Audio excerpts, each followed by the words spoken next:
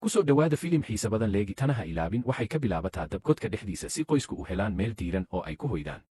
Kadib markay carruurtu seexdaan, Torne iyo xaaskiisa uurka leh Hari waxay ku xumaadeen gees. Subaxda xigta, Torne waxa ay aaday balli si uu u helo xoogaa qolof leh. Marka uu damco in uu dhagaxyada qaar fuulo, waa uu sibxataa oo dhaca. Jidhkiisu aad buu uga xanuunsaday soo degista, laakiin ma haddii wuu badbaaday.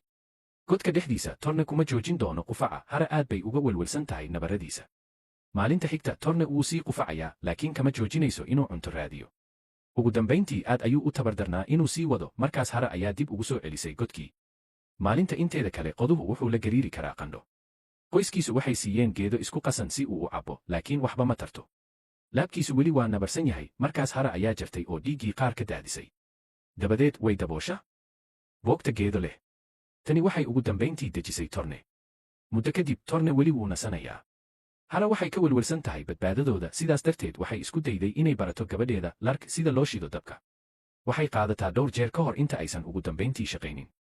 Lark aad u faraxsan ayaa u carartay godka si ay u tusto waxqabadkeeda aabaheed, keliya waxay ogaatay in walaalkeed dhintay. Torne ayaa ugu dambayntii ka tegay sariirtiisa si uu u aaso ilmaha halka xaaskiisa uu qabo burbur. Habeenkaas Hara weli naxdin bay ku jirtaa. Torne waxay samaysaa xoogaa rinji ah iyadoo adeegsanaysa dhirta waxayna ku hagaysaa gacanta Hara inay kaga tagto daabacaada derbiga godka. Maalmo ka bacdi, Hara biyihii way jabeen iyadoo socotada ah. Lark wuxuu dib ugu soo celinayaa godka, laakiin Torne ayaa ka dhigaysa inay dibadda ku sugto inta hooyadeed ay foolanayso. Ilmo caafimaad qaba ayaa dhasha in kasta oo Hara ay aad u liidato kadib. Maalmuhu markay dhaafaan, Hara way sii bukoonaysaa. Ugu dambayntii way dhimatay oo Torne waxay ag aastay ilmahooda. Habeenkaas wuxuu ku darayaa gacantiisa gidaarka. Muddo kadib, Torne waxa uu maarayaa in uu xardho biibiile yar oo uu u ciyaaro carruurtiisa. Waxoogaa fikir kadib wuxuu siinayaa katiinka Hara Lark. Markii ay godka ka soo baxeen si ay cunto u raadiyaan, ayay aad uga naxeen markii ay goobtaas ku arkeen dad kale si degdeg ah ayay u dhuuntaan oo u sugaan in ay ka baxaan. Si kastaba ha ahaatee, habeenkii dadkaas weli waa agagaarka. Torne alaabtooda ayuu urursaday wuxuuna go'aansaday inuu la baxo carruurtiisa. Maalintii xigtay, qoysku waxay ogaadeen in la raacayo, marka waxay isku dayaan inay si degdeg ah u safraan si ay u baxsadaan. Dhowr subaxnimo kadib, Torne waxaa toosay qof garabka ka garaacaya. Waxa uu ogaaday in ay yihiin shisheeyaha, sidaa darteed carruurtiisa ayuu toosiyaa oo waxay isku dayaan inay ordaan. Si kastaba ha ahaatee, nimankii ayaa hareereeyey oo ka joojiyey inay baxaan. Torne wuxuu u ordayaa si uu u difaaco carruurtiisa isagoo welwelsan sababtoo ah ma faham dadkan afkooda.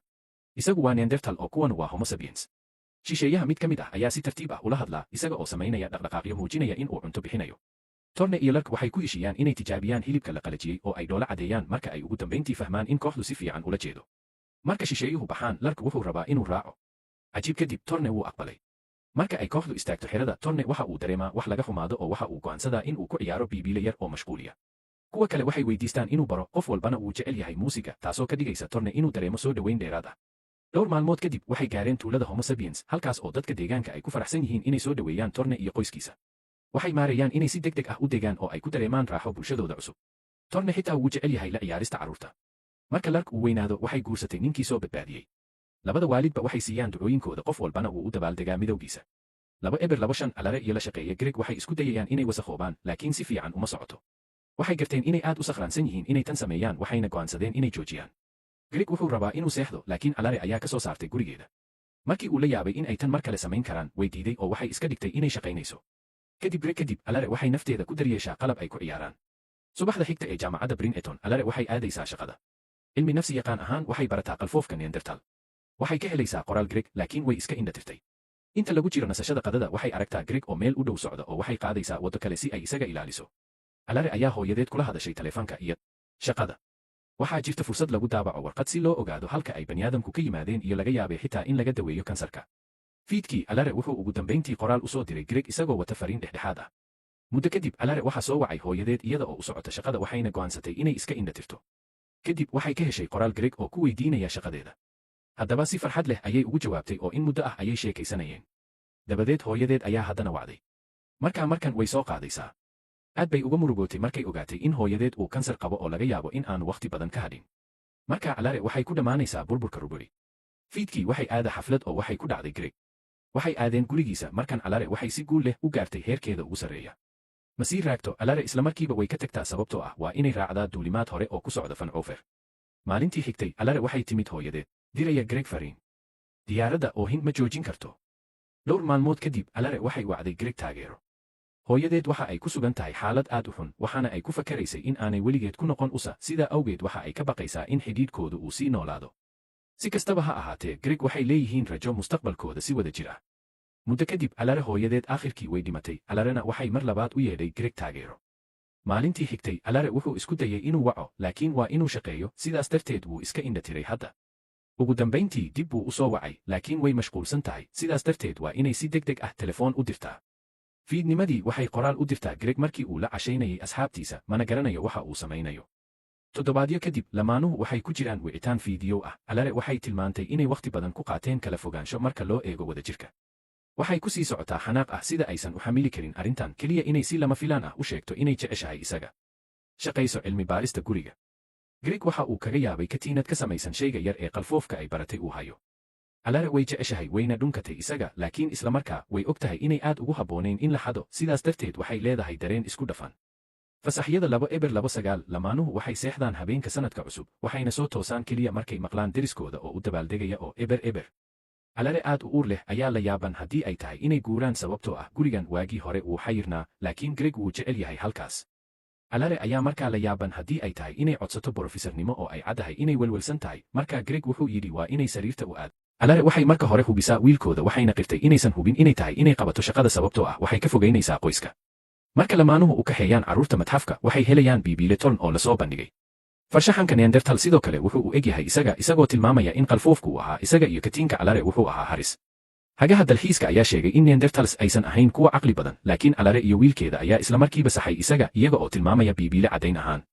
Kadib hagaha ka tago Alare waxay xasuusinaysaa wiilkeeda muhiimadda midnimada iyada oo tilmaamaysa in Neanderthals iyo Homo sapiens ay wada sameeyeen qoysas. Mustaqbalka fog duuliye Clay oo cimri dherer ku soo toosay meel aad u horumarsan. Waxay la sheekaysataa kaalaheeda ay ee Roscoe iyadoo jimicsi samaynaysa iyadoo weydiinaysa inay weli gaadheen meeshii ay u socdeen. Waxay socdaalayeen 2 sano kuwaas oo macnaheedu waxa weeye in ay weli ka harsan yihiin 6 sano. Clay waxay samaysaa kaftan laakiin waxay dareentaa cidlo aad u badan. Kadib hagaajinta qaar Clay waxa uu cunay qado.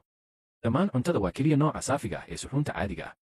Markuu wax cunayo Clay wuxuu ku ciyaaraa shaashada miiska wuxuuna ka hadlayaa hoos u dhaca saamaynta markabka. Roscoe waxay u sheegtay in taasi tahay shaqadeeda oo ay ka welwelsan tahay xaaladeeda maskaxeed gaar ahaan maadaama Clay aanu si fiican u seexan. Kadib Clay waxay hubisaa dhirteeda waxayna la yaaban tahay inay helayaan biyo ku filan iyo in kale. Roscoe waxay hubisaa ciidda waxayna xaqiijisaa inay yihiin. Si kastaba ha noqotee daqiiqada kadib Roscoe wuxuu ku dhawaaqay in heerka oksijiinta uu hoos u dhacay hal.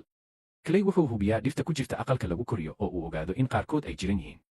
Waa inay jeermiska ka saaraan aqalka dhirta lagu koriyo oo ay soo ururiyaan muunado si ay u helaan wasakhda inkasta oo loo malaynayo inaanay waxba jirin. Dhowr saacadood kadib ka saarista dhirta buka waxay keentay lumitaanka 4-5 tirada wax soo saarka leh. Clay aad bay uga xumaatay arrintan waxayna jeclaan lahayd inay maqasho wax ka wanaagsan. Markaa Roscoe waxay kaga yaabisay kaftan qosol leh. Inta uu imtixaanada ku jiro Clay waxa uu Roscoe weydiinayaa khaladka xadkooda la aqbali karo.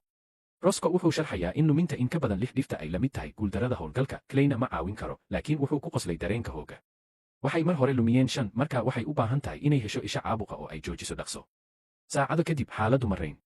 Roscoe ayaa weydiiyey waxa ay tahay in laga fikiro dhimashada laakiin Clay ma rabo in uu ka hadlo taas. Waxay u sheegtaa Roscoe inay damiso dhammaan unugyada korontada ee aan muhiimka ahayn si ay u badbaadiso qashinka oksijiinta xitaa haddii faraqa u yar yahay. Leydka ayaa bakhtiya Clayna waxa uu sii wada isaga oo isticmaalay si loo eego haddii ay samayn karaan aqalka dhirta lagu koriyo ee kaydka ah. Muddo kadib Roscoe wuxuu yidhi waa inay ku dhejiyaan aqalka sare ee lagu koriyo booska kombuyuutarka. Waxay u rogi karaan qaab dhismeedka guud ee dhirta iyaga oo isticmaalaya algeed dushiisa. Tani waxay si toos ah ugu quudinaysaa oksijiinta nidaamka taageerada nolosha. Clay wuxuu tilmaamay in tani ay si joogto ah u shiili doonto laakiin Roscoe waxay u malaynaysaa in kiiska ugu wanaagsan ee loo isticmaalo ay tahay in bini'aadamku ay badbaadaan. Maadaama uu Clay diiday in uu kan ka dhigo ciyaarta kuwa naftooda huraya marka hore, Roscoe waxa uu ogolaaday in uu sameeyo jilid si uu arko cidda ay u badan tahay in uu dhammaystiro hawsha. Subaxdii xigtay, Roscoe waxay u sheegtay in aysan wadi karin jilitaanka sababtoo ah ma saadaalin karto dabeecadeeda. Clay ma rumaysna oo wuxuu ku qasbay inuu la wadaago natiijada dhabta ah. Clay waxa uu haystaa fursado badan oo uu ku dhammaystirayo hawsha. Markii ay codsatay inay aragto xisaabta, Roscoe ma rabto.